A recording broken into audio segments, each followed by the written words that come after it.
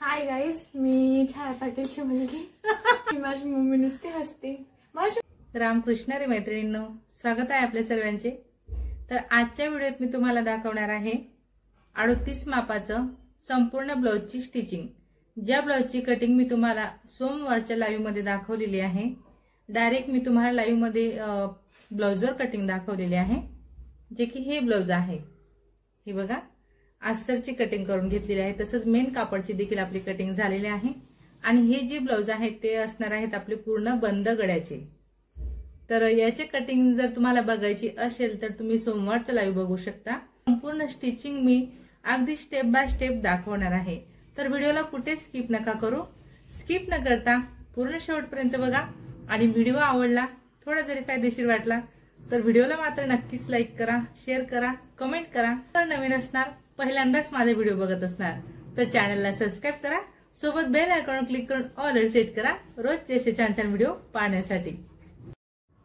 तर हे पहा, मी अशा पद्धतीने जे आहे आपलं ब्लाउज त्याचे पार्ट अस्तरला अटॅच करून घेतलेले आहेत, की जेणेकरून तुम्हाला मला ब्लाउज दाखवायला खूप असं सोपं जायला हवं. हे बॅक पार्ट आहे, याला मी खालच्या बाजूने फोल्ड करत संपूर्ण अस्तर अटॅच केलेला आहे. त्यानंतर आता आपण स्लीव घेणार. स्लीव माझ्या ह्या ब्लाउज मध्ये लॉंग अशा बसलेल्या आहेत, ज्या की मी तुम्हाला सोमवारच्या लाईव्ह मध्ये ह्या ब्लाउजची संपूर्ण कटिंग दाखवलेली आहे. ज्या मैत्रिणींनी तो लाईव्ह नसेल बघितला तर नक्कीच बघा. अगदी पूर्ण पॅक असा बंद गळ्याचा ब्लाउज आपण हा शिवून घेतोय. ब्लाउज संपूर्ण तयार झाल्यावर कसा दिसतोय हे देखील मी तुम्हाला व्हिडिओच्या एंडिंगला दिलेला आहे. तर व्हिडिओला कुठे स्किप नका करू. ज्या तुमच्याने चुका होतात छोट्या मोठ्या फिटिंग करत असताना, ब्लाउज शिवत असताना, त्यामुळे तुमच्या फिटिंग मध्ये प्रॉब्लेम येतो. तर आजचा हा खास व्हिडिओ तुमच्यासाठी आहे, की ब्लाउज शिवत असताना आपल्याला प्रत्येक वेळेस कुठल्या कुठल्या गोष्टीची काळजी घ्यायची असते. आता लॉंग स्लीव असल्यामुळे मी काय केलेलं आहे, यांना अस्तर मी लावलेलं नाहीये, कारण जो काही ब्लाउज पीस आहे तो कॉटनचा आहे. म्हणून मग मी यांना अस्तर न लावता फक्त ब्लाउज पीसच्या कापडच्या स्लीव आपण लॉंग अशा तयार केलेल्या आहेत. आता मी हे फ्रंट पार्ट घेतलेला आहे स्टिचिंग साठी. आणि समोर माझी मुलगी आहे, तिला मी काम सांगितलेलं आहे. जे काही ब्लाउज शिवत असताना रील निघालेले असतात ते रील तिला म्हटलं डब्यात लावून दे व्यवस्थित. तर ती रील तर डब्यात लावते, पण सोबत माझं डोकं देखील खाते. तर काम सांगत असताना काम करून घ्यायचे असतात गोड गोड बोलून. पण खूपच डोक्याला ताण असतं मुलांना काम सांगणं आणि त्यांच्याकडून कामं करून घेणे. हे खूपच डोक्याला ताणचे काम आहे, पण तरी करते मी.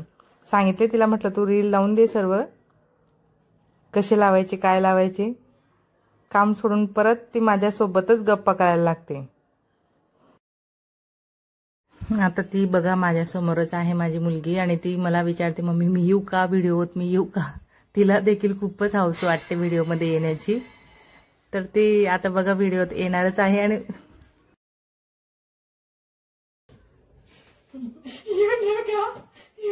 हा ये काय करशील. हाय गाईज, मी छाया पाटीलची मुलगी. ही माझी मम्मी नुसती हसते. माझी मम्मी फक्त तुमच्या समोरशी नीट बोलते. तर बघा, शेवट आलीच ती व्हिडिओमध्ये. आणि मी तसं बघायला गेले तर एवढा व्हिडिओ स्किप केला असता मी, ती व्हिडिओत आलेली आहे असं. पण मुलांना पण खूपच हौस असते, आणि हिला तर जास्तच हौस आहे. माझ्या मुलाला पण आवडत नाही व्हिडिओमध्ये यायला, आणि माझ्या मोठ्या मुलीला पण आवडत नाही. पण हिला तर अरे बापरे, ही म्हणते मला यायचंच आहे तुझ्या व्हिडिओत. येऊ का येऊ का, म्हटलं ये आता, तू काय बोलते बोलूनच दाखव.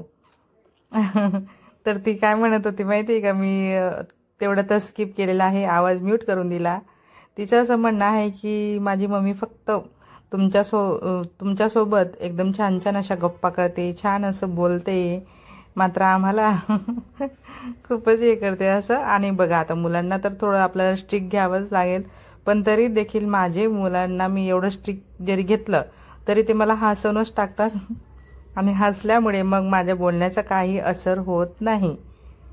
हे प्रत्येक घरामध्ये प्रत्येक आईची कंडिशन असेल माझ्या मताने. तर कामांसोबत मुलांचं देखील बघावं लागतं आणि जोपर्यंत मी वरती काम करते त्या जर का रिकामे राहिल्या तर मग मी माझ्या जवळ बोलवते.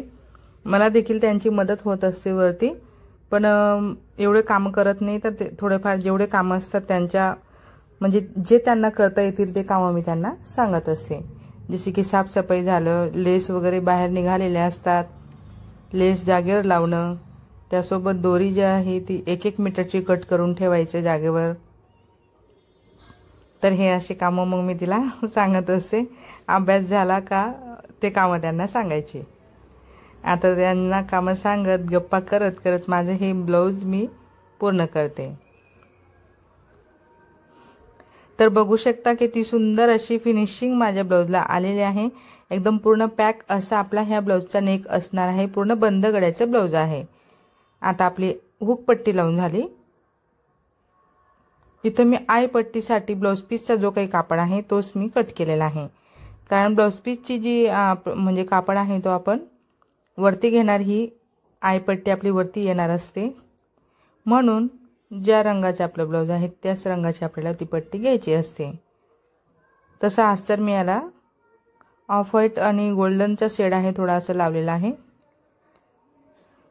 तर माझी इथं फायनली आय हुक पट्टी रेडी झालेली आहे. मी बरोबर चेक करते सारख्या येत आहेत का दोन्ही, एकावर एक ठेवत. आता माझे हे फ्रंट ओके झालेलं आहे. बॅक पार्टचा आजूबाजूच्या एक्स्ट्राचा जो काही कापड आहे तो माझा कटिंगचा बाकी आहे. तर तुम्हाला मी इथं सांगते, जसं की मला 2 मुले आहेत, तर मी तरी भरपूर अशा लेडीजला शिकवत असते. माझ्याकडे बरेच असे स्टुडंट येतात ऑफलाईन क्लाससाठी.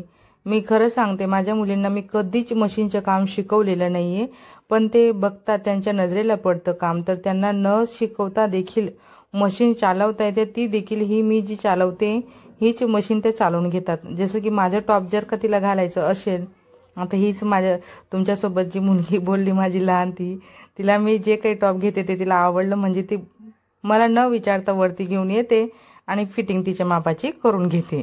वास्तविक बघायला गेले तर तिला धागा देखील लावता येत नाही मशीनमध्ये. जर का दोरा लावलेला असेल तर मग ते फटाफट मशीन चालवून घेते. दोरा नसेल लावलेला तर मग ती मला सांगते लावायला, नाही तर मग माझ्या मोठ्या मुलीला सांगते. तर अशा पद्धतीने बघा, जो असतो ना तो गुण अंगातच असतो प्रत्येकाच्या. कलाकारचे मुलं जसे कलाकारच असतात तसं माझ्या मुलींना देखील मशीन चालवायचं काम एकदम इझी असं जमतं. फक्त मशीन चालवता येते, बाकी दुसरं त्यांना इंटरेस्ट नाही कुठल्या कामात. तर मग मी जेवढं त्यांना जमतं तेवढंच मी त्यांना करायला सांगते. बाकीचे तसे मग मी माझी कामं स्वतः करून घेत असते. आता इथं बघा गप्पा करत करत आपलं बॅक आणि फ्रंट अटॅच झालेलं आहे. नेक छोटासा आहे आपला फ्रंटचा आणि बॅकचा तर अगदी छोटा आहे. तर मी इथं क्रॉसमध्ये अशा 2 पट्ट्या कट करून घेतलेल्या आहेत. गळ्याला आपण पट्टी लावणार आहेत. तर क्रॉसमध्ये कापड कट केल्याने काय होतं, तो त्याला लवचिकपणा येतो आणि एकदम प्रॉपर असा फिनिशिंगमध्ये आपल्याला तो कापड असा लावता येतो. तर मी याला पट्टी टाईप लावून घेणार आहे की म्हणजे पूर्णपणे आपल्याला ही पट्टी आतमध्ये टाकायची आहे. एकदम फिनिशिंगमध्ये आपण गळ्याला ही पट्टी लावून घेतोय. क्रॉसमध्ये कटिंग केल्यामुळे आपल्याला कापड एकदम छान अशा पद्धतीने लावता येतो. त्याला लवचिकपणा येतो. त्याला जास्ती लावत असताना ताणायचं नाही. अगदी अलगद हाताने आपल्याला क्रॉस कापड कट केलेला व्यवस्थित लावून घ्यायचा असतो. आता मी तर राऊंड शेपवरती कट लावून घेतले आणि लावलेल्या पट्टीवर दाबटीप देते. व्यवस्थित आपण जी काही पट्टी लावून घेतली गळ्याला त्यावरच मी दाबटीप इथं करून घेते. त्यानंतर संपूर्णपणे पट्टी आपल्याला आतमध्ये टाकायची आहे आणि एकच टीप आपल्याला तिथं टाकून घ्यायची आहे. हवं तर तुम्ही इथं नंतर फिनिशिंगसाठी अजून हाताने शिलाई करू शकता, म्हणजे हात शिलाई तुम्ही करू शकता आणि नंतर मग ही मशीनची टीप टाकलेली काढू शकता. असं देखील राहू दिलं तरी काही हरकत नाही पण आपण हात शिलाई केली तरी पण आपल्या ब्लाऊजला फिनिशिंग एकदम छान अशी इथं मिळालेली आहे. तर बऱ्याच मैत्रिणींचा आग्रह होता की ताई आम्हाला ह्या ब्लाऊजची स्टिचिंग देखील दाखवा. तर बघा, तुमचे बाह्यांचे जोड खाली वर होतात, आय हुक पट्टी कमी जास्त होते, त्यासोबत फ्रंटला फुगा पडतो, मागे फुगा पडतो बॅकला. तर हे सर्व प्रॉब्लेम तुमचे ह्यामुळे होतात की तुम्ही ह्या सर्व गोष्टी बघत नाही. जसं की मी आता चारही पार्ट सोबत घेतले आणि साईडला जेवढं एक्स्ट्रा आलं तेवढं कट केलेलं आहे। परत आपण स्लीव लावण्याच्या आधी चारही पार्ट चेक करत कमी जास्तपणा काढला। परत अजून मी इथं व्यवस्थित मुंड्याला नॉर्मल असा शेप दिलेला आहे। फ्रंट आणि बॅकला मी न कळत जसा शेप दिला की जेणेकरून आपले पार्ट सारखे यायला हवे। आणि मी तुम्हाला दाखवणार देखील आहे की माझे दोन्ही बाह्यांचे जोड जे जॉइंट पार्ट आहेत ते एकदम माझे परफेक्ट आलेले आहेत, अगदी जवळ जवळ समोरासमोर। तर एवढी परफेक्ट फिनिशिंग तुम्हाला देखील जमणार आहे जर का तुम्ही माझे हे ब्लाउज स्टिचिंगची पद्धत बघितली असेल। आता जसं की मी तुम्हाला सांगितलं आहे भरपूर असे कामं असल्यामुळे मला वेळ खूपच कमी मिळतो, तर मी हा जो काही व्हिडिओ आहे तो ब्लॉग टाईप बनवलेला आहे आणि तसाच मग मी तुमच्यासोबत शेअर करते की मी कशा पद्धतीने ब्लाउज शिवून घेते। म्हटलं तुम्हाला पण एक आयडिया मिळेल की व्हिडिओ मी जर का बनवते तर तो स्किप करून बनवलेला असतो आणि जो मेन पॉइंट असतो मुद्द्याच्या महत्त्वाचा तोच मी तुम्हाला तिथं दाखवलेला असतो। पण हा जो काही ब्लॉग टाईप व्हिडिओ असतो यामध्ये मी जशा पद्धतीने काम करते तसंच तुम्हाला बघायला इथं मिळत असतं। तर आता आपण इथं स्लीव जॉईन झाली माझी, शिद्यावर टिप टाकत मी उलट्यावरून टिप टाकून घेते। आता ब्लाउजचं उलट पार्ट घेतलेला आहे। माझ्याकडे अजून ओव्हरलॉकची मशीन नाही, इंटरलॉकची। मी ती मशीन ज्यावेळेस घेईल तेव्हा मग मी इंटरलॉक पण करणार आहे ब्लाउजांना आणि तुम्हाला देखील दाखवणार आहे। आता बघा मी फिटिंग करते, कमरेचं माप जेवढं आहे तेवढं मोजून किती इंच आपला जास्तीचं येते। तर माझ्या इथं जेवढं जास्ती आलेलं आहे त्याच्या निम्मे अजून परत निम्मे करायचं आहे। तर असा मी इथं खाली पॉइंट लावून घेतला। माझी हीच पद्धत आहे फिटिंगची, मी तिथल्या तिथं मोजून घेते। आता इथं वर छातीचं माप मोजते, छातीचा चौथा आणि स्लीवला पण आपण अशी फिटिंग करणार। थोड्या थोड्या अंतरावर आपण दंडघेराचे पॉइंट लावत जाणार असे व्यवस्थित, कारण लॉंग स्लीव असल्यामुळे स्लीवची लांबी जास्ती आहे। तर खाली बॉटमला मी 4 वर पॉइंट लावलाय आणि परत मध्ये एक जागेवर म्हणजे एल्बो पर्यंत स्लीवचा जो पॉइंट होता माझ्या 6चा तो मी लावून घेतला आणि मग त्याखाली आपण असं क्रॉस केलेला आहे बरोबर। तर शेजारी शेजारी मी पाव इंचावर 2-3 टिप टाकून घेते।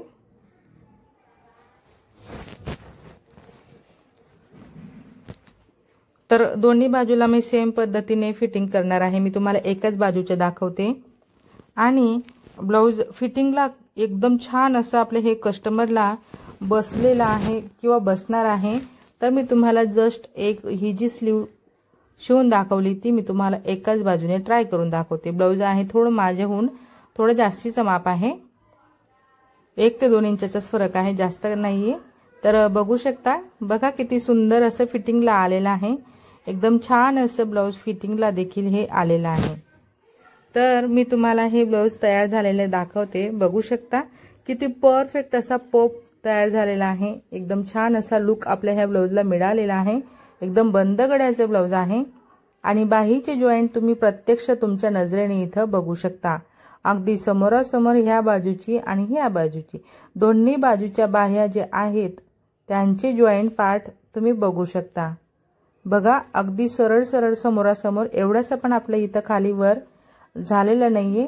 एवढं फिनिशिंग मध्ये ब्लाउज तुम्ही देखील शिवू शकता जर का तुम्ही मी जसं तुम्हाला दाखवलं त्या पद्धतीने तुम्ही स्टिचिंग करत असताना काळजी घेत असणार, तुम्हाला नक्कीच अशी परफेक्ट फिनिशिंग जमणार आहे।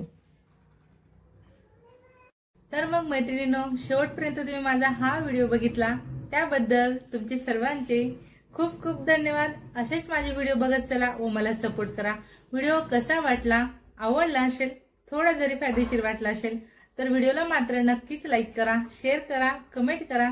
चॅनलवर नवीन असणार, पहिल्यांदाच माझा व्हिडिओ बघत असणार तर चॅनलला सबस्क्राईब करा, सोबत बेल आयकॉन क्लिक करून ऑल सेट करा रोजचे असे छान छान व्हिडिओ पाहण्यासाठी। चला तर मग भेटूया आपण पुढच्या एक छान अशा व्हिडिओत आणि नवीन डिझाईन सोबत। धन्यवाद।